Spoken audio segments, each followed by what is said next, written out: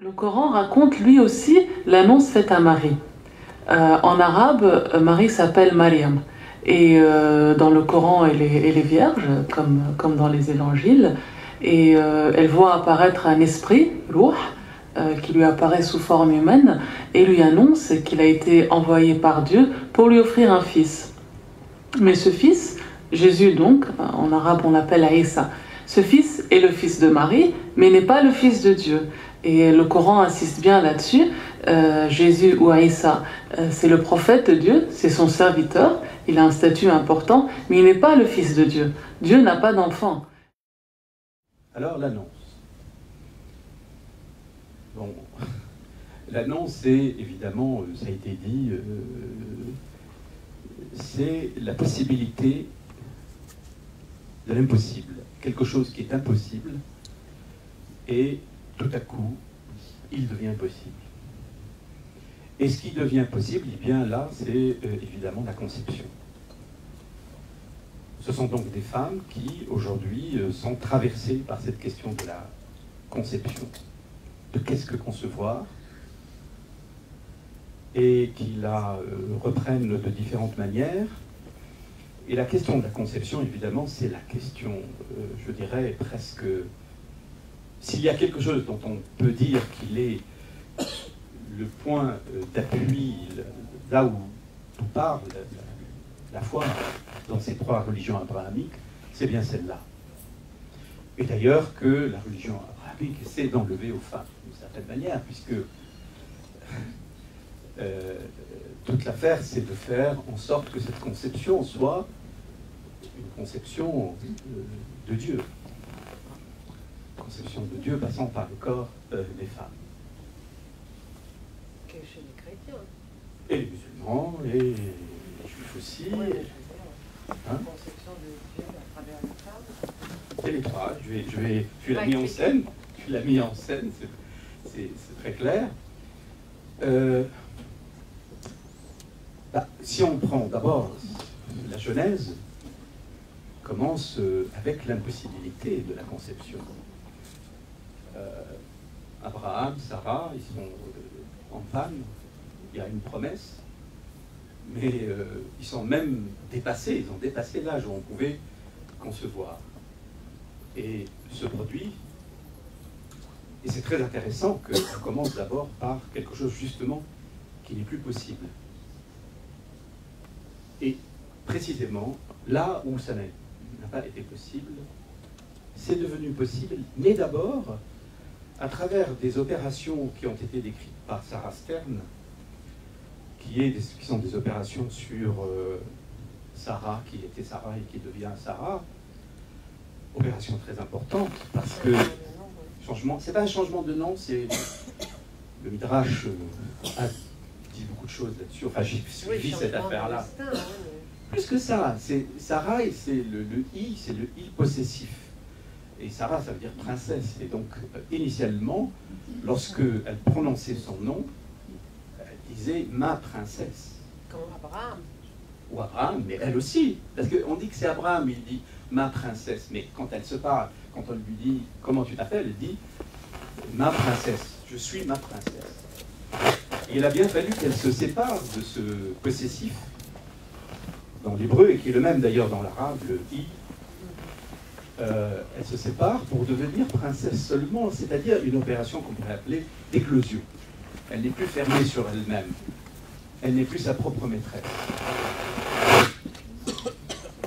Et donc cette opération d'éclosion de Sarah est absolument essentielle avant même que se puisse concevoir. Mais avant cela, il y avait un autre problème aussi de conception, puisque ce qui est rapporté là sur Agar, en fait, c'est une histoire aussi de... Alors, il y a parfois l'impossible, il y a la lutte autour de la conception, puisque ce couple qui est en panne de conception va faire appel à la servante pour se faire un enfant. C'était une pratique de l'époque où la servante, la sujetoune, etc., donne au maître un enfant. Et elle refuse. Elle refuse. Hein? Elle refuse.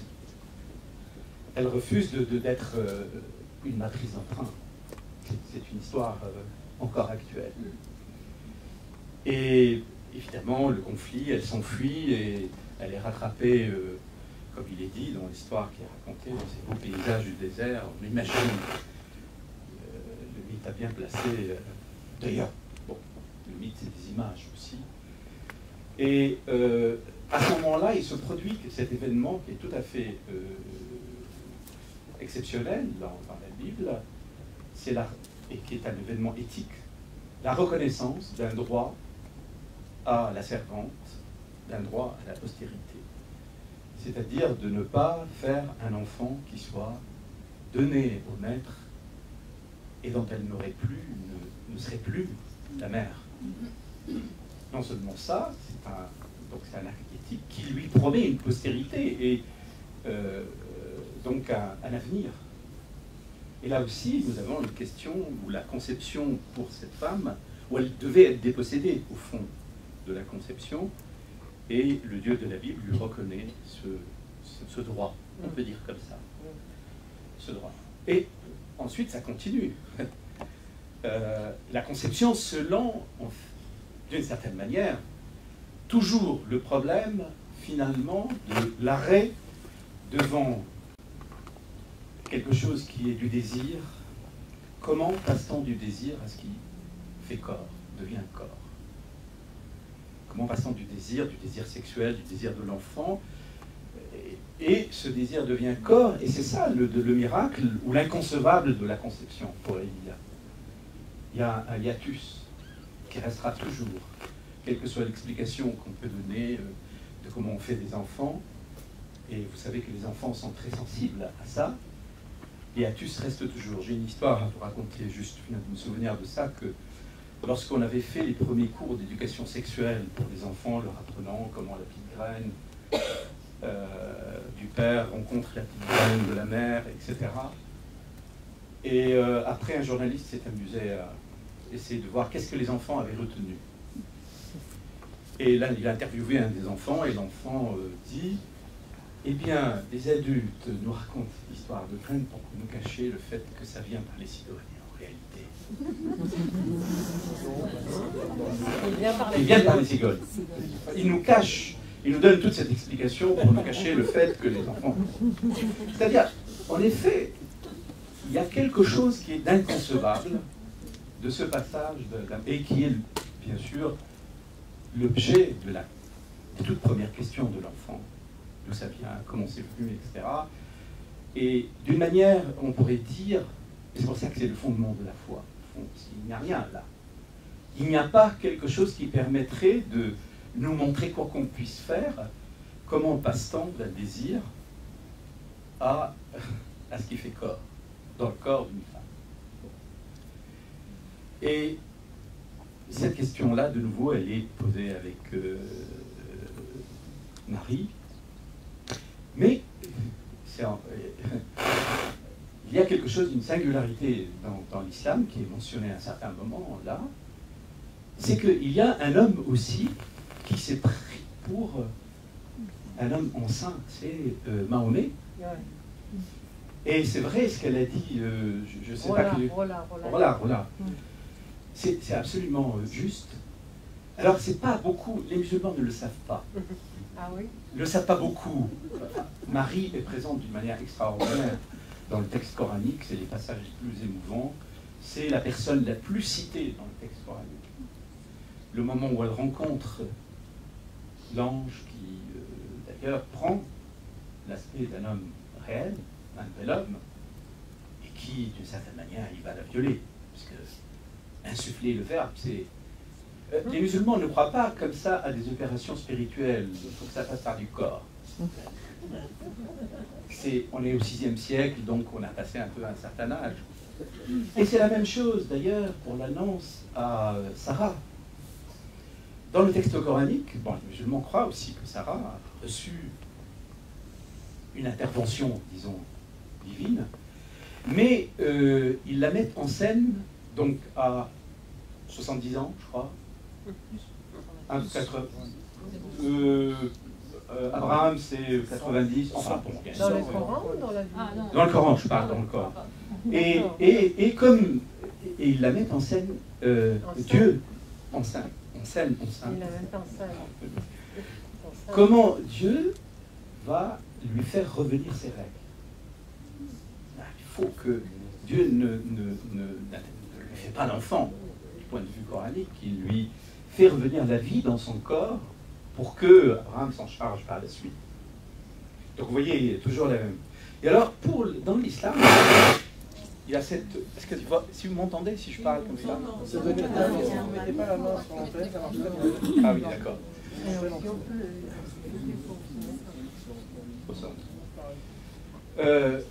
Ce qui est intéressant, c'est qu'avec Mahomet, c'est un cas d'un homme qui conçoit.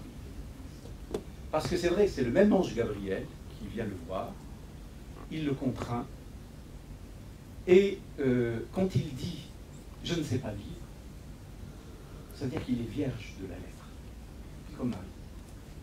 Et le mot pour dire « lis » en arabe, étrangement, c'est le mot aussi qui, dans l'ancien arabe, veut dire concevoir. Quand l'ange lui dit « lis », oui. Je vois que tu as fait le film sans lire ce que j'ai. Si, ce que j'ai écrit, moi, dans mon livre. Oui. Si, j'ai lu. Et c'est « lis », ça veut dire conçoit. Et ça veut dire prendre la lettre, lire, c'est prendre la lettre en soi pour la restituer. La lettre de Dieu, évidemment, le verbe, etc., pour la restituer. Et donc, il est enceint du verbe. Hein? Il est enceint, c'est un cas.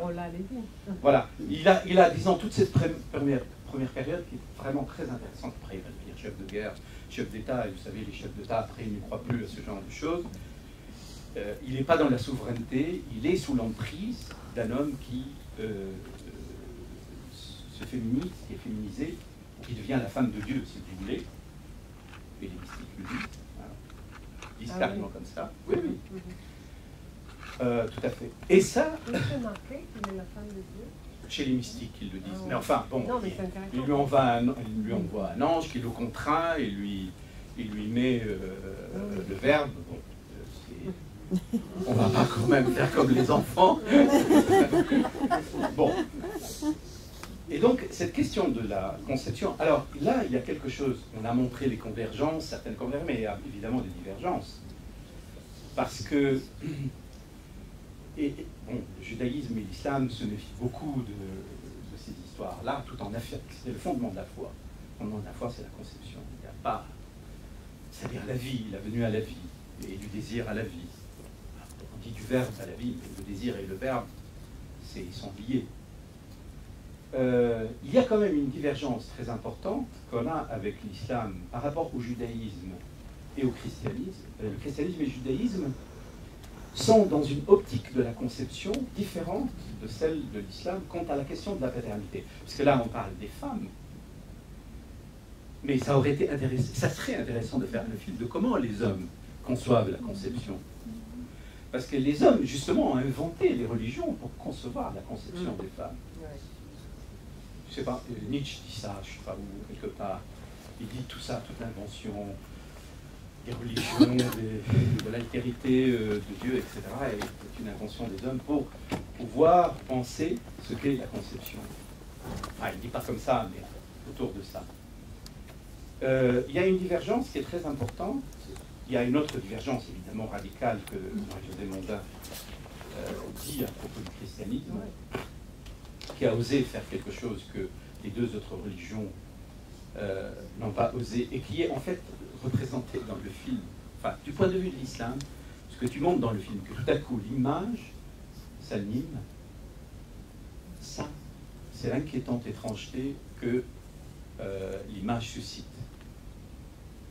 et qui est à la racine de la terreur de ce que l'image, tout à coup, peut devenir vivante. C'est l'inquiétante étrangeté, vraiment. Ça, les textes musulmans le disent. C'est-à-dire que l'animation, c'est-à-dire que Dieu dit vous inventez des images, etc., mais essayez donc de les animer. C'est la possibilité de les animer. Là, c'est possible. Et on voit bien comment, d'ailleurs c'est notre rapport à l'image, elle le dit, Marie-Josée, elle le dit, c'est un moment où, à force de voir, de regarder l'image, d'y voir, de la voir, que tout à coup elle peut à un instant s'animer et être habité de nouveau par... et ça, c'est une opération de création que le dieu du monothéisme refuse. L'idole, c'est ça, c'est que l'image devienne vraiment une création qui rivalise le dieu du monothéisme et jaloux. Alors je reviens à un point très important qui est la différence entre l'islam et le judaïsme et le christianisme sur la question de la conception.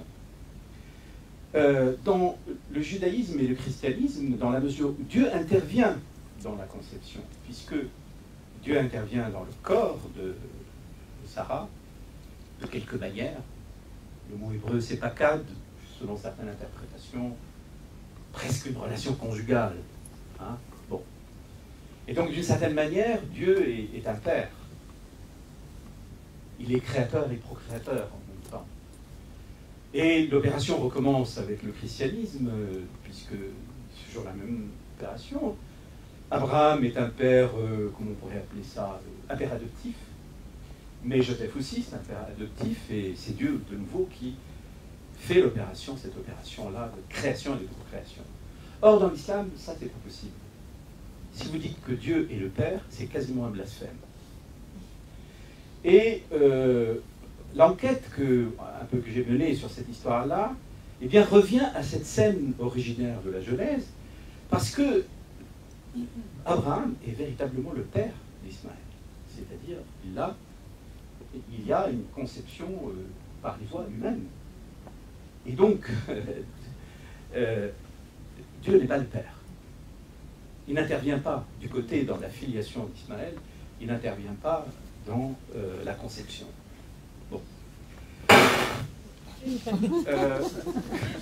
Bon, ton film, voilà, ce que je veux dire par là, c'est cette question de la conception, si elle traverse les religions abrahamiques, ça n'est pas pour rien, elle est le fondement de la foi. Le fondement, je dirais, ça commence par là, parce qu'il s'agit donc de cette opération de comment la vie, comment le désir en vient à devenir la vie.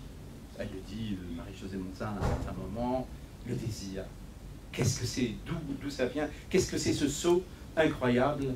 Eh bien, ce saut, c'est celui, évidemment, sur lequel le monothéisme, récupérant la conception du corps des femmes, le récupérant pour en faire le fondement même de ce qui ne peut pas se voir, ni se concevoir. Et c'est pourquoi le monothéisme prétend à l'inconcevable de la conception. Voilà, je dis des choses. Ton film est beaucoup plus fort que tout ça, et merci encore une fois.